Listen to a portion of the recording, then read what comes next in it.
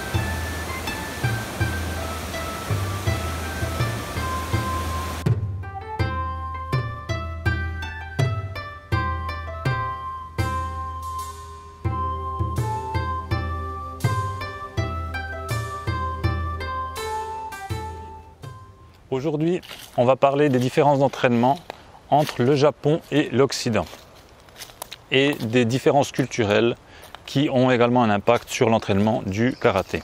Pour moi, une des grandes différences entre le Japon et l'Europe, c'est qu'au Japon, on focalise énormément sur la résistance mentale. Donc la résistance mentale est très importante dans le karaté japonais.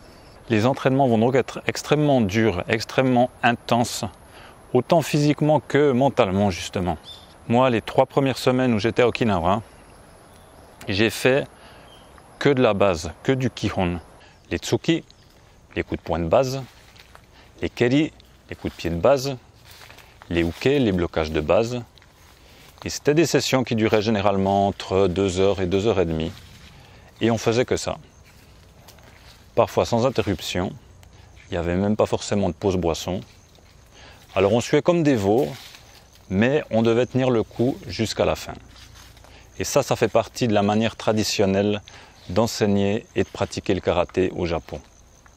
À la base, une technique va être répétée d'office des dizaines de milliers de fois en fait. On accorde également beaucoup d'importance à la puissance, à l'explosivité, à la vitesse, à la rapidité d'une technique, à l'intensité en fait qu'on met dans une technique. Donc du coup c'est d'autant plus fatigant de mettre chaque fois tout ce qu'on a dans une technique et surtout quand on fait ça des heures d'affilée. En Europe c'est clair, on procède différemment. Déjà on va plus mettre l'accent sur la précision, la justesse d'une technique, mais on ne va jamais faire autant de répétitions. On va répéter quelques fois la technique. Ensuite, de manière générale, le prof, il va un peu regarder ce que fait ses élèves. Il va interrompre le truc, faire quelques commentaires, donner quelques explications, faire quelques corrections. On va refaire quelques fois la technique. Et ensuite, c'est fini, on passe à autre chose. Du coup, ça donne des entraînements plus variés. Mais voilà, où on va clairement faire moins de répétitions d'une seule et même technique. Donc du coup, il faudra certainement plus de temps pour l'absorber. La deuxième grande différence, ça rejoint un petit peu le premier point en fait, c'est qu'au Japon, on considère que tant que le Kihon n'est pas parfaitement acquis, on ne peut pas passer à la suite. Donc personnellement, ça m'est déjà arrivé de faire des séances de Shikodachi, Neko Ashidachi. Donc les pratiquants de Goju-Ryu connaissent bien ces positions, elles sont très astreignantes. Et ça m'est déjà arrivé de faire des traversées comme ça, de Neko Ashi, Shikodachi, pendant 2, 3, 4 heures d'affilée. Ça, personnellement, c'est un point sur lequel je suis un peu partagé. D'un côté, je suis tout à fait d'accord que, c'est clair, si on pratique une technique des centaines et des centaines et des centaines et des milliers de fois, on la maîtrisera bien. Après, ne faire que ça, soyons francs, c'est quand même un peu chiant. Deuxième chose, on peut à mon avis très bien progresser dans d'autres aspects du karaté sans avoir une technique de base parfaite. C'est-à-dire qu'on peut progresser dans les deux domaines en parallèle. On peut travailler des techniques de base, ça c'est essentiel, ça je suis tout à fait d'accord avec ça, mais on le fait un moment et après on passe à d'autres choses. On va faire des exercices, on va pratiquer sa coordination, on va entraîner les réflexes, entraîner un petit peu des combinaisons pour devenir meilleur en combat, etc., etc. Il y a plein de choses à faire en karaté. Donc je trouve c'est dommage de se limiter juste à faire du kyon pendant des sessions, des semaines et des années, et se limiter à faire ça en fait. C'est sûr, dans la culture japonaise, à l'époque où le karaté est apparu, le concept de fun, d'avoir du plaisir à l'entraînement, n'était clairement pas du tout aussi présent que maintenant. Maintenant, les choses ont changé et les gens n'ont pas forcément ni l'envie ni la patience de passer des séances d'entraînement à faire toujours les mêmes techniques de base. Moi-même, personnellement, quand je suis arrivé à Okinawa, j'ai accepté ce régime parce que j'étais vraiment allé là-bas pour ça. Je voulais voir ce que c'était. Je voulais apprendre le karaté japonais et j'étais vraiment parti pour faire du karaté à 100%. Je voulais me dédier complètement à ça. Donc je suis content de l'avoir fait, je suis très content de l'avoir fait.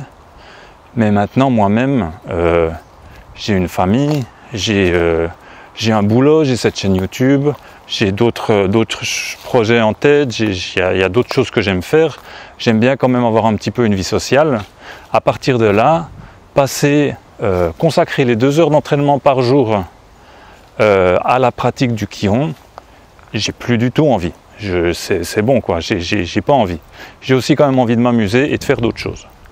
Maintenant, là encore, je critique absolument pas cette manière de faire.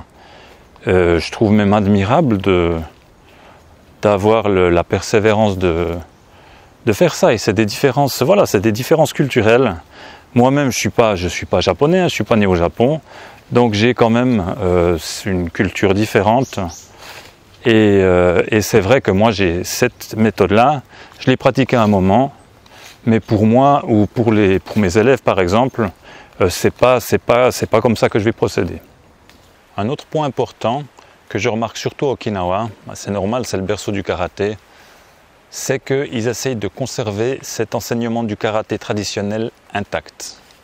Les maîtres locaux sont donc assez imperméables à toute autre méthode d'entraînement.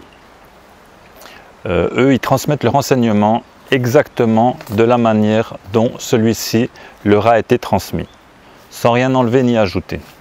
Ceci explique donc pourquoi le karaté traditionnel ne subit aucun changement depuis des générations. En Occident, on est déjà beaucoup plus enclin à utiliser d'autres méthodes d'entraînement, qui peuvent venir alors d'autres disciplines martiales, mais qui peuvent même venir carrément d'autres sports en fait. Moi personnellement, c'est exactement ce que je fais. Je cherche des méthodes d'entraînement que je trouve valables, et quand j'en trouve une, j'essaye de l'intégrer à ma propre pratique, de manière à pouvoir m'améliorer en fait.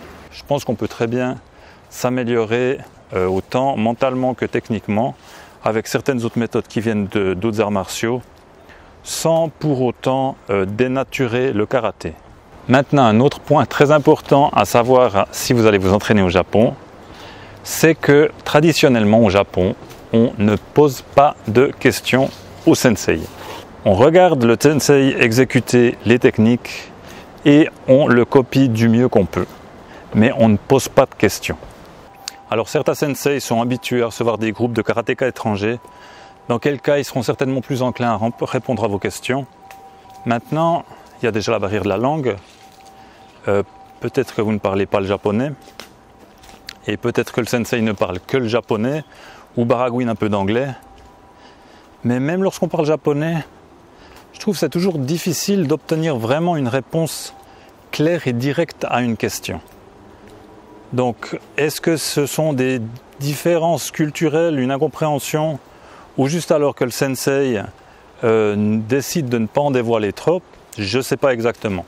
Mais c'est vrai que ça peut parfois être un petit peu frustrant parce qu'on ne peut pas obtenir une réponse claire vraiment à la question qu'on pose. C'est parfois un peu, on a l'impression que c'est vague et que c'est à côté de la question en fait. Maintenant, un autre point capital à connaître si vous vous entraînez au Japon, n'oubliez jamais que votre sensei reste votre sensei. Le maître est le maître à l'intérieur et à l'extérieur du dojo. C'est à quelque part votre supérieur hiérarchique. Et au Japon, on ne rigole pas avec la hiérarchie. Donc en Europe par exemple, je ne sais pas vous, mais moi j'avais des rapports très amicaux avec mes profs. On pouvait très bien aller se boire une bière ensemble et parler d'égal à égal. Au Japon, c'est pas comme ça que ça se passe. Alors ça ne veut pas dire que vous ne pouvez pas aller vous boire une bière avec votre prof, mais la relation sera de toute façon différente qu'en Europe. Il reste à quelque part au-dessus de vous. Donc le maître sait, même en dehors du dojo. Donc la règle d'or à respecter en toutes circonstances, ne contredisez jamais votre sensei. Lorsque vous lui parlez, je vous conseille d'acquiescer à tout ce qu'il dit. Et si vous n'êtes pas d'accord avec quelque chose qu'il dit, ou s'il dit vraiment une grosse connerie, contentez-vous de garder le silence. Ça ne sert à rien. Vouloir essayer de débattre avec lui, vous allez très certainement juste vous faire très mal voir, autant de votre sensei que des autres membres du dojo. Donc le meilleur conseil que j'ai vraiment à vous donner, c'est de vous abstenir de le faire. Maintenant encore un dernier point. En Europe, si vous voulez arrêter le karaté, il suffit d'aller voir votre sensei, de lui dire que vous arrêtez le karaté et c'est fini, c'est tout. Au Japon, de manière générale, c'est pas aussi simple que ça. De manière générale, dans la culture japonaise, on travaille tout d'abord pour le groupe. Alors ça peut être un petit groupe, comme son dojo de karaté. Ça peut être un groupe un peu plus grand, comme par exemple la boîte dans laquelle on travaille. Ça c'est sacré au Japon. Ou ça peut être encore un groupe plus grand, comme la nation japonaise par exemple. Mais dans tous les cas, le groupe va primer sur l'individualité. Donc l'excuse la plus répandue, c'est toujours le travail. Au Japon, le travail, c'est sacré. Donc si vous dites à votre maître que vous avez, pour une raison XY, que vous devez rester le soir plus longtemps au bureau, il ne peut rien dire. Le travail passe avant tout. Une autre possibilité est de disparaître purement et simplement de la circulation. Maintenant, Okinawa étant une petite île, c'est pas si facile. Je me souviens un coup, je crois que c'était la première année où j'étais à Okinawa, il y avait un gars qui était venu, qui s'était inscrit au dojo. Il avait acheté son karaté-gi et tout. Il s'était entraîné 2-3 mois. Et aux alentours de la fin de l'année, vers les fêtes de Noël, il s'était volatilisé. Alors du coup, on ne l'avait plus revu. Et une année plus tard, toujours aux environs des fêtes de Noël, entre Noël et Nouvel An, le gars réapparaît. Là, le sensei avait tellement pas apprécié. Ça l'avait foutu en rogne d'une force. Tout le dojo avait été puni en fait. Il nous avait fait faire des techniques de base pendant, je crois, 3 heures de suite. Il avait gueulé toute la leçon sur tout le monde, sans aucune distinction. Autant les mecs qui, comme moi, venaient s'entraîner tous les jours, que ce pauvre ceinture blanche qui n'était plus revenu depuis une année, tout le monde est passé au grill. Ça l'avait tellement foutu en rogne de voir un mec qui se permet de revenir comme ça après une année d'absence, qui nous avait fait souffrir 1000 morts pendant cet entraînement. C'était assez mythique. Et ça, justement, c'est typique de cette mentalité japonaise. S'il y en a un qui fait une couille, tout le monde va payer. Tout le monde va y passer. Maintenant, l'aspect positif à mes yeux, c'est que de cette manière, on a moins cette habitude, comme on le fait beaucoup trop actuellement dans notre société de consommation, de justement consommer et jeter dès que ça ne nous plaît plus. Donc voilà, ça devient un petit peu difficile, ça avance pas comme on aimerait, ça nous plaît pas autant que ce qu'on voudrait et on arrête tout de suite. Et ça, c'est très très dommage. Tout spécialement dans une discipline comme le karaté. Il faut vraiment beaucoup de temps pour acquérir, il faut déjà du temps pour acquérir des bases. Et à partir de ces bonnes bases, on peut développer à l'infini en fait. Je veux dire, vous n'avez pas assez, une vie ne suffit pas pour même je pense que 2 ni 3, enfin c'est impossible, c'est sans fin. On peut développer autant qu'on veut. À partir de là, je trouve c'est positif si on a quand même parfois une petite pression sur le dos qui nous dit ok, on ne peut pas laisser tomber le groupe, bon ben je suis obligé de continuer. Du coup, c'est comme ça qu'on va pouvoir approfondir en fait et découvrir les richesses qui se cachent dans le karaté. Il y a également beaucoup de karatékas qui, quand ils commencent, leur objectif est d'obtenir la ceinture noire.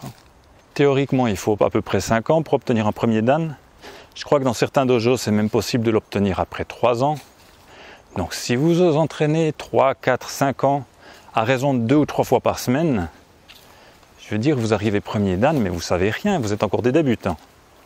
Alors les gens qui obtiennent leur ceinture noire, ils pensent avoir décroché le Graal, mais c'est rien du tout, c'est que le début.